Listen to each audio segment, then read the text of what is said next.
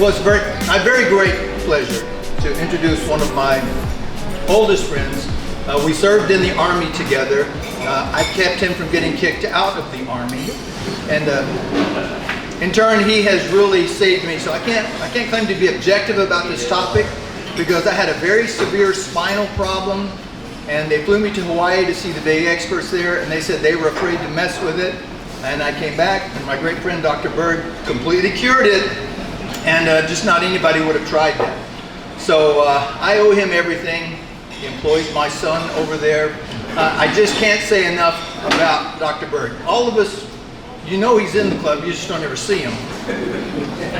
But he's really important. He reads our messages, he stays up with everything, and I think he has a really important message for us today.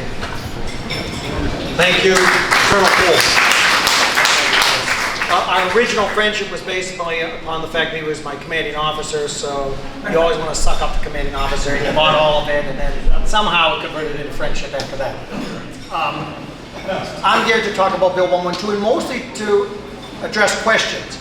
I want to tell you what the provider's perspective is on this. What we see is, right now, is a division in the community.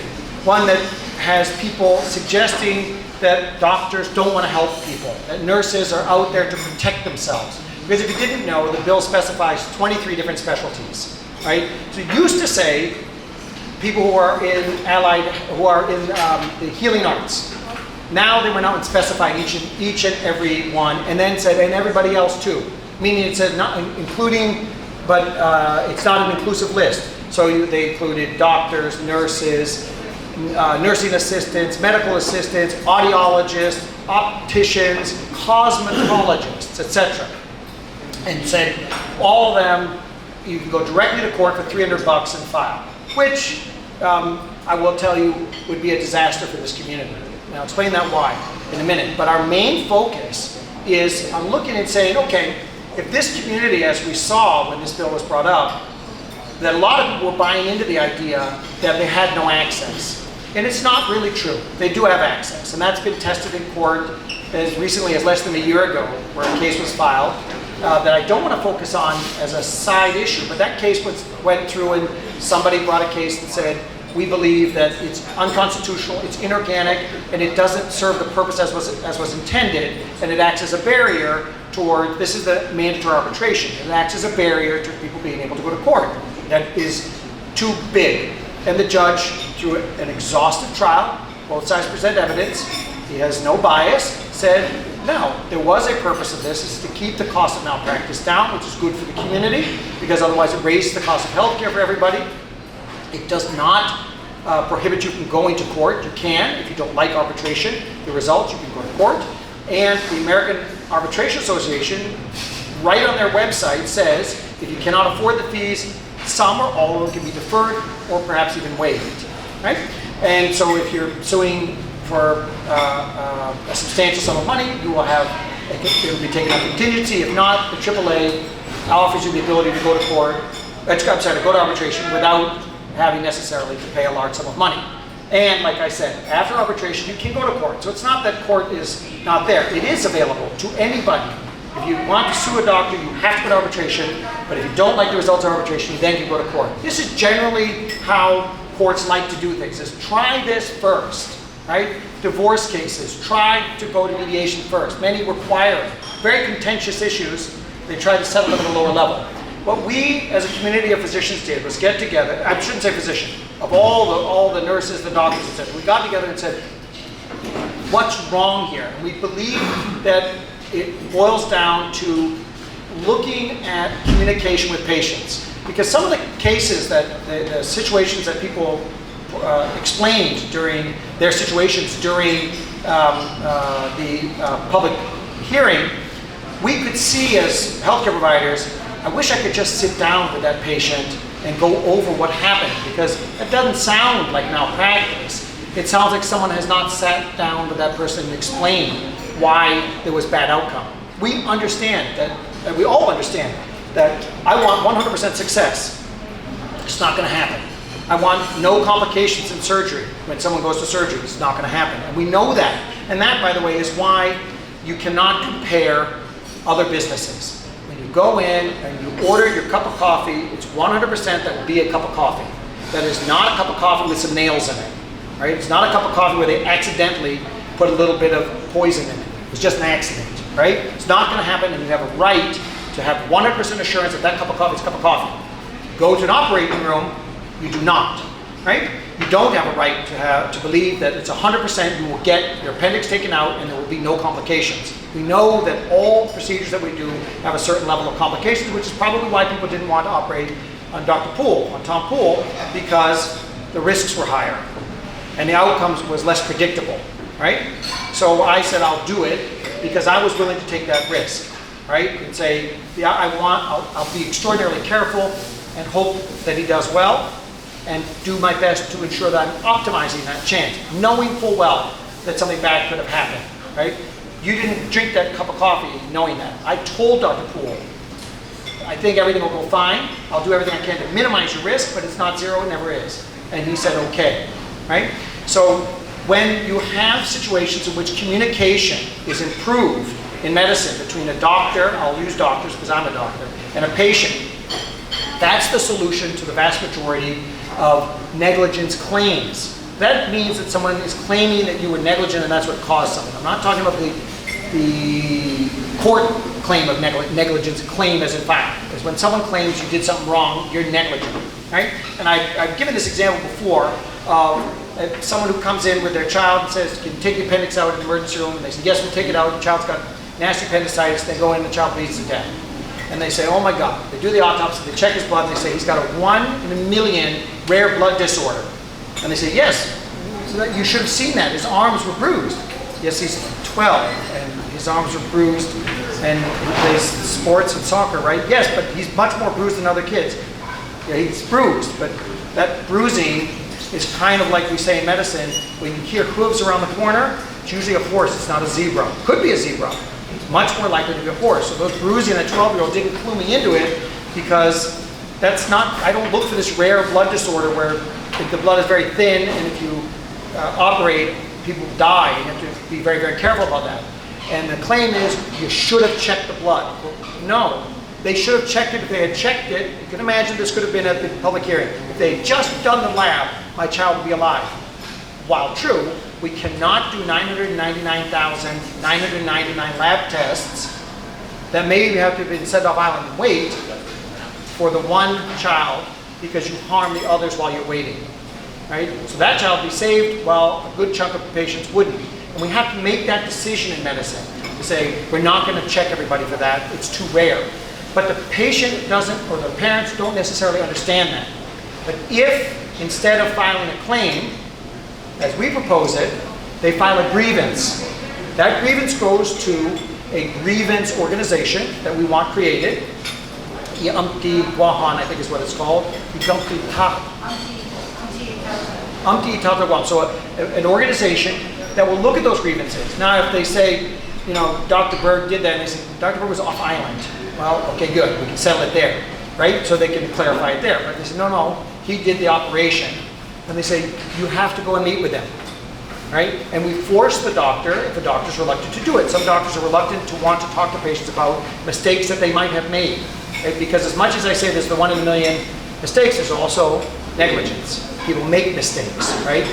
Many patients, if not most, understand that doctors make mistakes, but they feel hurt, they feel abandoned when the doctor doesn't come and say, I did my best, but I may have made a mistake and I'm sorry. That's hard to do when a child dies. It's a lot easier to do if elbow surgery doesn't go right and someone goes off island and gets that surgery corrected. But if you can talk to the doctor, this panel, which includes senior physicians and senior people in the legal community and perhaps members of the clergy, others who are good at grievance evaluation, can talk to the doctor and say, this is how we think you should approach it. And you talk to the patient who's angry and say, please come and listen. And they help them to get together. Mind you, 85% of all lawsuits that make it to court are found in favor of the physician. So people have a grievance, they feel harmed. And what happens at the end of that court? They feel great that they lost. No, They feel horrible. And the physician is really upset too, that somebody sued them and they didn't do anything wrong. Nobody wins, right? No, in fact, there are usually 2 losers in those cases. There's 1 winner, I forgot. The attorney is a big winner, right? Court system loses, wasting all this time with something that perhaps could have been settled in an hour in a room. Now, there will be situations in which that's not possible.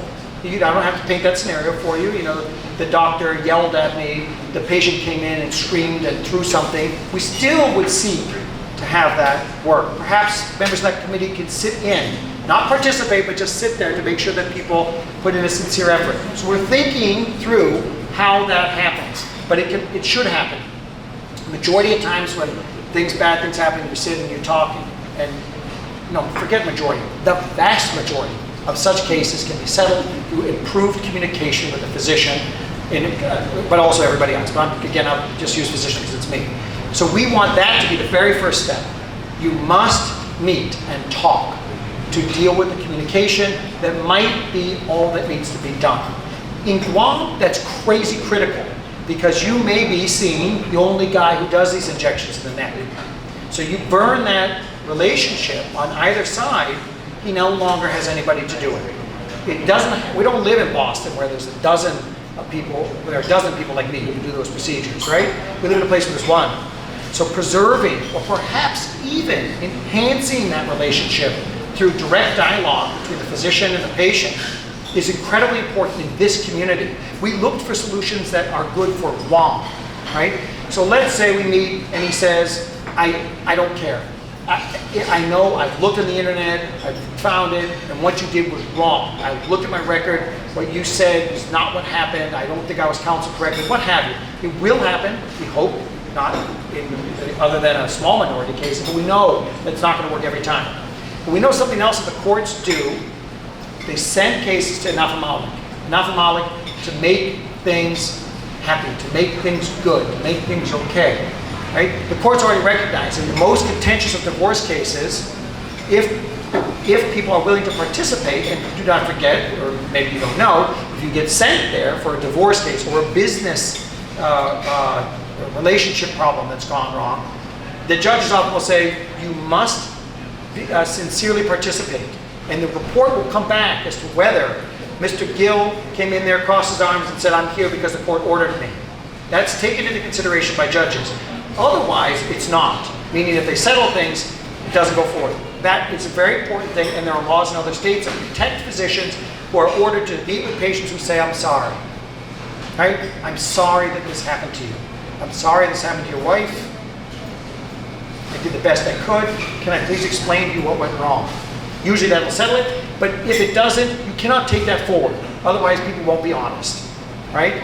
So, in mediation, it's the same thing. You meet, you're trained mediators. Their job is to help Dr. Poole and me communicate. They don't participate in it except to tell Dr. Poole, now stop and let Dr. Berg speak. Now, Dr. Berg, we're going to take a break. Right? This is getting a little too contentious or emotional. We're going to take a break and we'll see you in 2 days, each of you. And you have to participate in it.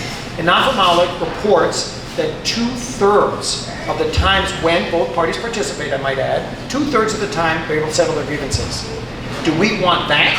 Or do we want to say, no, you need to go to court, just pay $300. By the way, then the doctor has to report it to the licensing board. If you didn't know, I'm the chairman of the board, the licensing board, so you do have to report it, despite somebody else in the newspaper saying you don't. You got to report it to the licensing board. You have to report it to your insurance. If you even think they're going to be, if you think there's a pending case, and you're, where's David?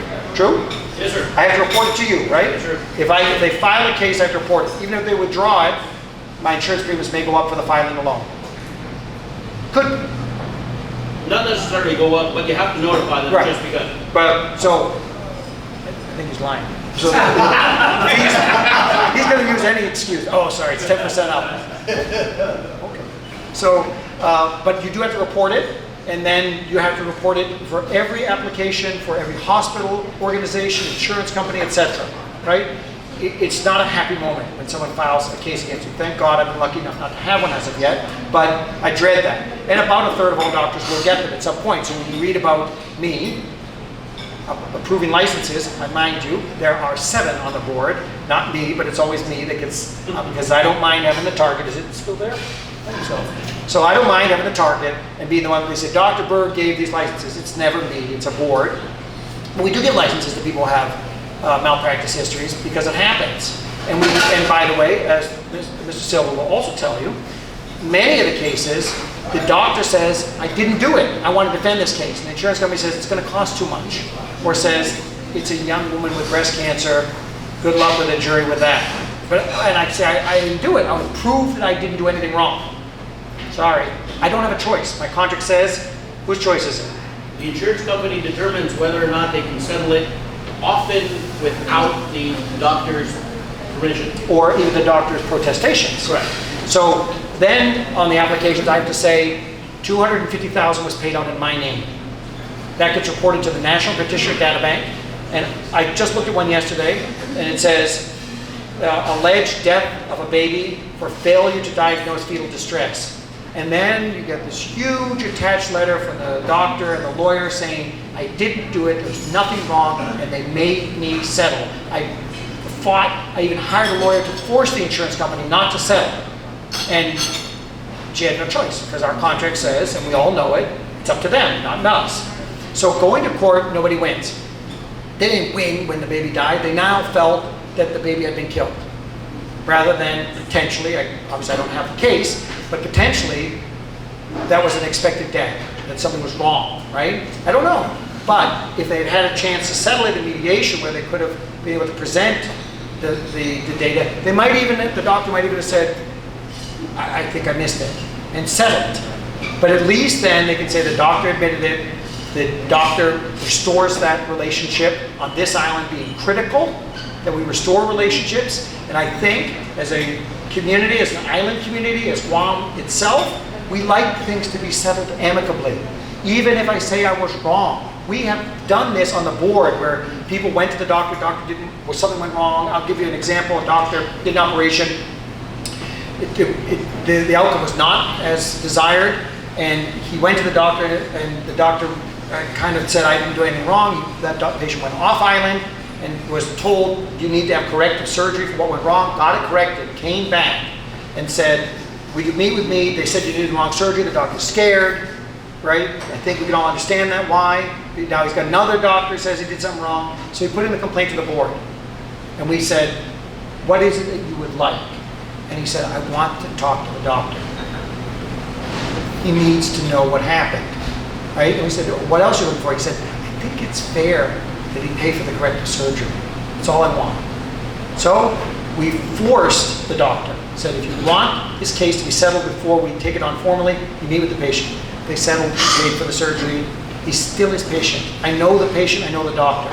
They were able to get back to having meeting. That doctor.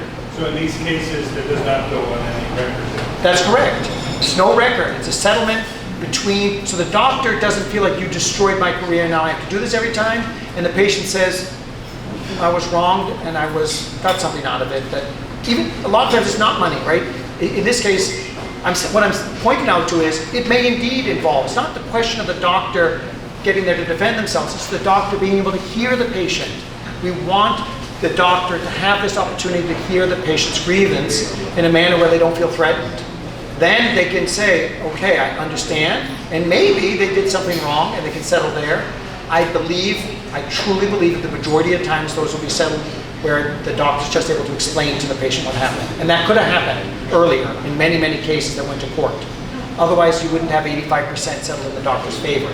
It's not like juries are out there, the doctor didn't do anything wrong. Far from it. But that's why they are settled. And that's why I believe that this is a better form. You go to, and enough of Malik is something that's been here for those who don't know, it's been 20 years as a mediation process. And the courts so often prefer that so as not to clog up the system. If that doesn't work, fine. Then you go to arbitration, which has been upheld as organic, useful, constitutional, and not an infringement of your right to get to court, because if you don't like it, you go to court. We believe that having better and improved communication between the patient and the doctor are the steps that we need to take. So when we've been fighting this bill, if you listen carefully, and perhaps we haven't been as clear as we should have been, we keep saying, We understand and we're looking for solutions, but this bill is not the solution to make it that you go directly to court. You have access to court. What we need to do is back it up and say, where are the real problems? The real problems lie in communication the vast majority of times. And we do feel that this is not, Ron McNinch has told me, who was initially opposed to the bill, said, this is good. This is a good thing, and there are sort of what you might, I can't remember the exact legal term for it, but the sorry protection. That there should be an opportunity for a doctor to say he is sorry, she, obviously, he or she is sorry, and not be subject to someone saying, gotcha, and the lawyer standing out in back, you know, recording the conversation, ready to go. You need to settle things at the lowest level possible, and that's usually between two human beings. In this case, a doctor and patient. As I mentioned and reiterate, on Guam, it's so critical. And the mediation part of it, I mean, okay, I've only been here 26 years, but I feel that I've sort of become Guam culture. One of my children had a procedure go wrong in Hawaii, right? They kind of screwed up. I didn't sue them, right? I don't want to sue, I just wanted to get it corrected. And I didn't even charge them. It's covered by insurance for corrective surgery. You know, I called her, I let her know there was a mistake that had happened and I'm getting corrective surgery so that she should be more careful next time, right? But it got done, child's fine, happy as can be, right? Many, many years ago. But I believe that I have adopted Guam's culture because I choose to live here. If I didn't like Guam's culture, I'd move. I love Guam's culture, right? It's got its faults, it's got its benefits. Obviously, I like the benefits more than I like the faults. And part of it is forgiveness. So if you say you're sorry, people usually will forgive you on Guam, right? But if you don't have that opportunity to, and it goes right to a fight, and you file in court, you have basically put on boxing gloves, right? So if you don't, and we allow people to ask for forgiveness, and we allow mediation, which has also been a tradition of Guam, as far as I can read in my history books, forever. As the chief, or more often than not, the elder woman in the village, what eventually became Surhano, which is healer. They weren't just people who went around that we think of as collecting natural herbs and other things, herbs and plants, and making concoctions from what was available here that worked in many cases. They also were healers. And so people would seek them out to say there are disputes in a family, there are disputes between villages, etc. And those healers would heal the wounds, right? And that's, so it wasn't me. Some people want to be in the background. And these are Chamorro physicians who say, we have to find a way that's culturally applicable to Guam, that allows healing. And it's killing us, I don't know if it's killing everybody, but it's killing us to see this division between those of us who see ourselves as healers and those who come to seek our care, that they now feel or are being trained, persuaded, brainwashed into believing that it's about money, right? I'm only going to be able to luckily have this gentleman right here, who happens, by the way, to be, I will call it an externship, is what we call it. Someone's not an intern, but he's doing an externship at our facility right now. You call me out if I'm wrong. How many times have you ever seen us turn a patient away who couldn't pay? Zero. Like yesterday, there was an example of that. I don't even remember it. It's too many. Why don't you tell me? So what did we do? Yeah. This is not me. This happens all over the island with near exceptions. What happened? The lady needed to come in for further consultation, and I think something to do with the radio frequency, which is not radio frequency, sorry, the microwave ablation for her liver, and 20% would get covered by the insurance or something, and that just got late. I remember this case. So this one, we wanted to do the procedure. She wanted to put it off. She has Medicare, and we're doing a procedure. Sometime I should come and use this to show you that we take liver cancers now, and I put in a very extraordinarily well-engineered device into the tumor and use microwaves, which have a precise circumference at certain energy levels and time to kill the tumor. And then usually the main complaint of the patient is by 4 o'clock in the afternoon saying, can I go home, I'm hungry. And first thing I do is say, oh my God, I just got rid of your liver cancer, would you mind resting for a few more hours? But they do great, it's an amazing procedure. So I wanted this woman to avail herself of that. She wanted to wait till August because she has Medicare, she would have to pay 20% and she was applying for Medicaid. I didn't want her to wait. So I know this case. This is not me, the great. I'm telling you this happens all over the island because doctors are part of this community and this happens all day long every day. So I said, no, don't worry about that. Don't worry about it. It's important to me. I said, I don't care about the 20%. I care about healing you, and would you kindly get her scheduled for next week? And we did. Again, please understand that is not Dr. Berg the Great. That is saying all over this island, this happens every single day, that we heal. It's what we want to do. I think most doctors asked me one time when a patient has a big pack of cigarettes and says he can't afford, the $10 copay or something, and they bring it to me and I'm like, are you kidding me? And I say, get him out. No. And then you can't. The guilt sets in. You went out and said, just put him on the table. And you can't. You just can't do it. The vast majority of those of us who have decided to be physicians on Guam understand that it comes with a cost. Cost being that many of our patients, no matter what we do, are underinsured or non-insured and cannot afford the services you provide, so you give it to them, right? And now we see ourselves painted as greedy people who don't care about the outcomes, right? And all we want to do is make sure we don't get sued. Nothing could be further from the truth. So with that, I'll stop and ask if anybody has any questions. Do I have time? You got 53 right now. Okay. Do I have 2 minutes? No, keep going. No questions or concerns? I think part of it might be a PR issue. I've been accused myself often of the fine line between self-confidence and arrogance. And some of the doctors that are on the front lines like to be in the news. They come over with arrogance and focus on that, and they want to go after you. Right? So it might be a PR issue for you guys. And thank you for coming out here and showing your side of the story. Yeah. Maybe so. And maybe some people like me get testy when people start accusing us of being something we're not. And I think that may be part of it. Peter? Do you have any numbers on how many arbitrations there are basically annually on Guam, and then how many cases actually go through trial? I don't know. I will tell you this, there have been arbitration cases that have settled in the excess of $1 million on Guam. I know that because I testified in one case. So yeah, it's real. You can go to arbitration, you can get $1 million out of it. What the current, and this is very common outside of Guam as well, there's a disincentive after arbitration to go to court. So you have, if you're going to take something to court, like that $1 million case, if someone said, I think we should have gotten more, they want to what's called a trial de novo, which means a new trial altogether in a different forum.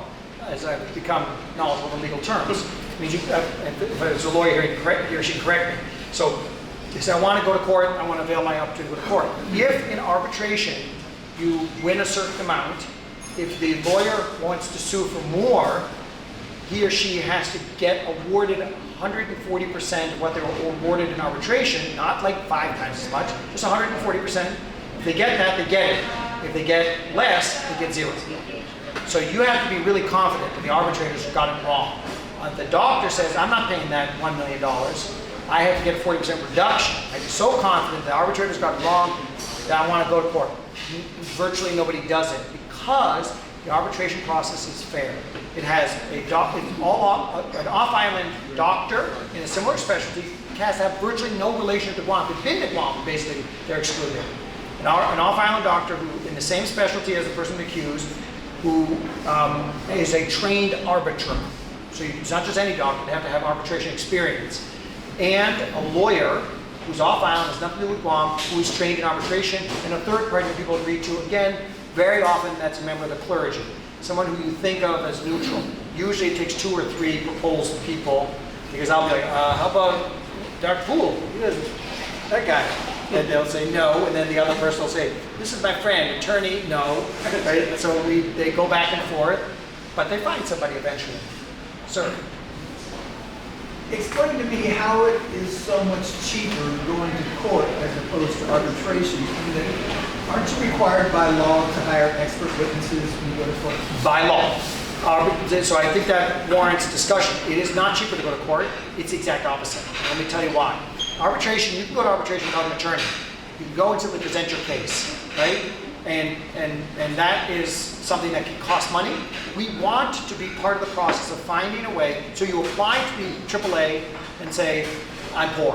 I hate that word, but there you go. I'm indigent. I don't have the resources to pay the $5,000, which is all it costs. I should say all, because for many people that's a ton of money, right? But I should say it's as little as $5,000 to get it in. It's typically $11,000, so $5,500. And you apply and say, I don't have money. You present your financial statements or whatever it is, and they can waive or defer them, right? But maybe they say, okay, we'll waive $3,000. Still $2,000 is a barrier. We want to open that discussion as to how that gets funded. We believe the government should pay it so that the money is there, but where the funding comes, maybe part of it comes from the healthcare providers, maybe part comes from the legal community. I don't know, but I do know that the medical community said we're quite open to figuring out how to get that money. We are short of money on WOP, but we believe that that's important that we share that sentiment because we believe in the process. The first, meet with the doctor, second, go to mediation, third, you have a right to arbitration, and you have a right to it. If you have an attorney, the attorney pays the contingency fees. I'm not paying an attorney's contingency fees as a taxpayer. But I will, meaning if they're taking on contingency, you have an attorney, he or she pays. That's the way it works. But if they don't have an attorney, cannot afford it, but they still want that arbitration process, we believe we can find a way, working with the legislature, to find some money to help those who truly can't pay, which, by the way, usually the AAA says you don't have to pay if they're very poor. So that's what it costs. If you go to court, the filing fee is only $300. Right, great. By law, in every jurisdiction, as far as I know in the entire world, but certainly in the United States and all of Europe, think about it. You have to have expert witnesses. You have to, because juries cannot have biased people. You have to have people who have expertise in that arena. By law. And it is defined in California, which Guam follows in this law. You have to be board certified in the same specialty and have 5 years of experience to be considered an expert witness. Meaning the judge can say, no, you are not an expert witness. Yes, you're trained, but you haven't practiced for 10 years. No. So just the minimum qualifications are 5 years practicing after you became board certified, right? So that's unbelievably expensive.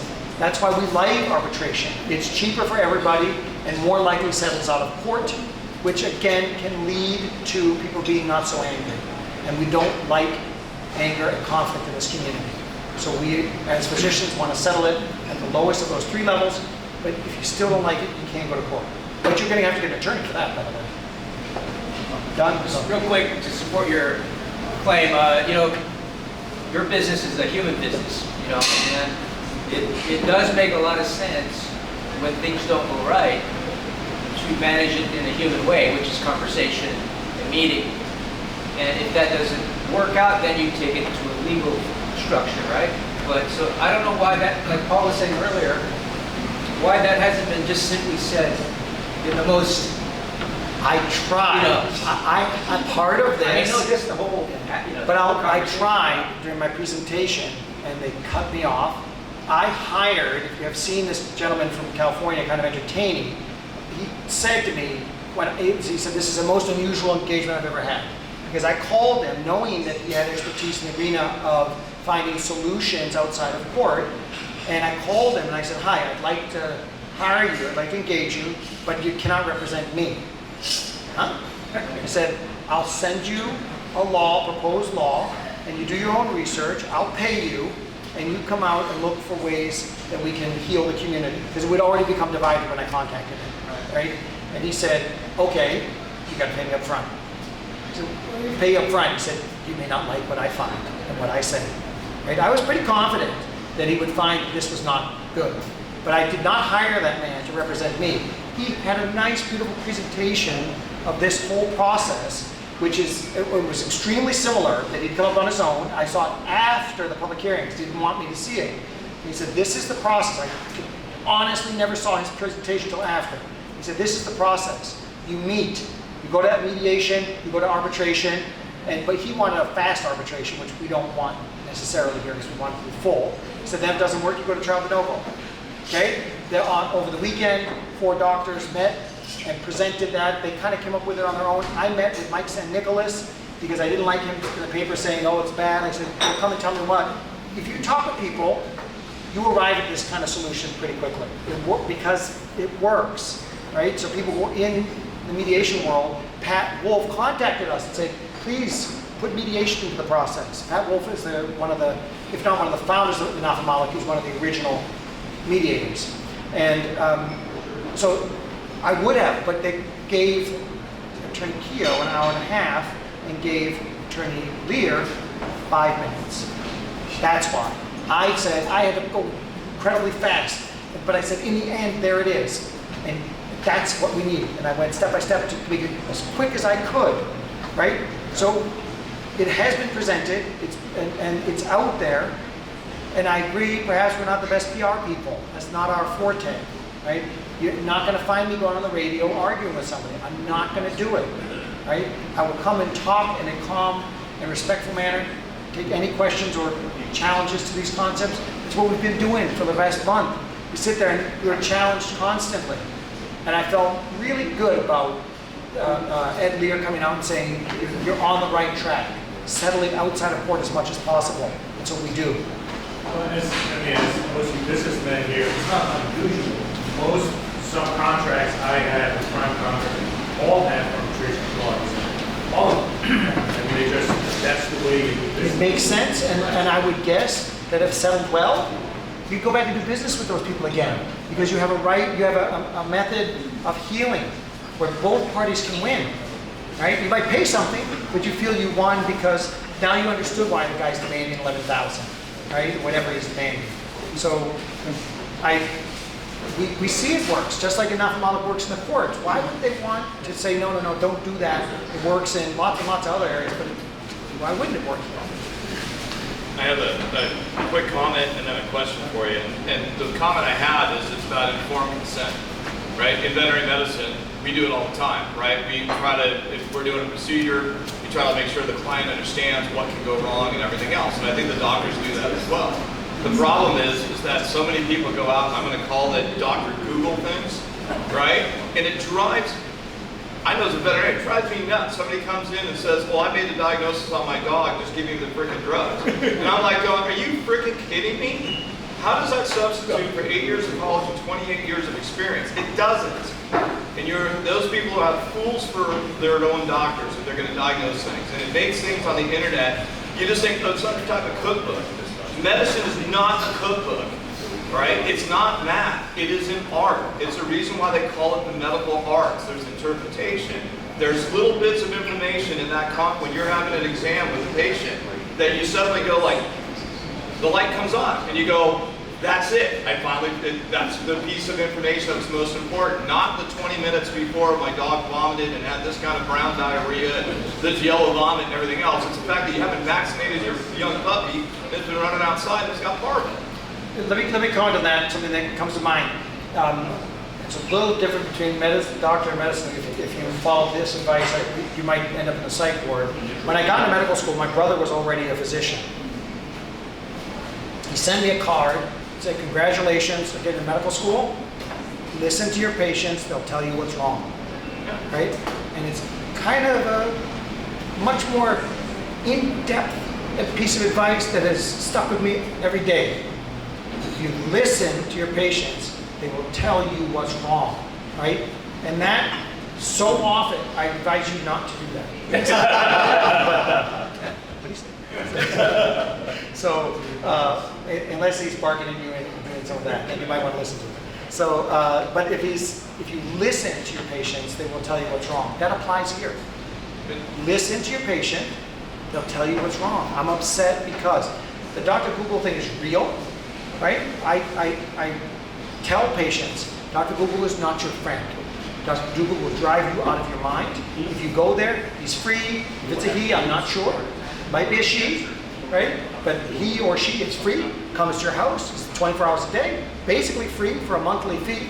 It's a small monthly fee that you pay, and you will go out of your mind. So I tell them, if you're gonna go look stuff up on the internet, please stick to sites like NIH, National Institute of Health, stick to the American Cancer Society, stick to university-based medical sites, Mayo Clinic, and things like that. Because otherwise, you'll find the extremes. I was cured of something that was 1 in a million. I died of something that should have been treatable. right? Stick with those, and Dr. Google will be your friend. Start straying out, and you're going to be in big trouble. And my one question for you, because this seems to be something when I talked to the doctors when I was there to testify, and amongst the veterinarians, we lost about this as well. There was a claim made by the Senate that they had gone out into the medical community and gotten information and feedback to the medical community.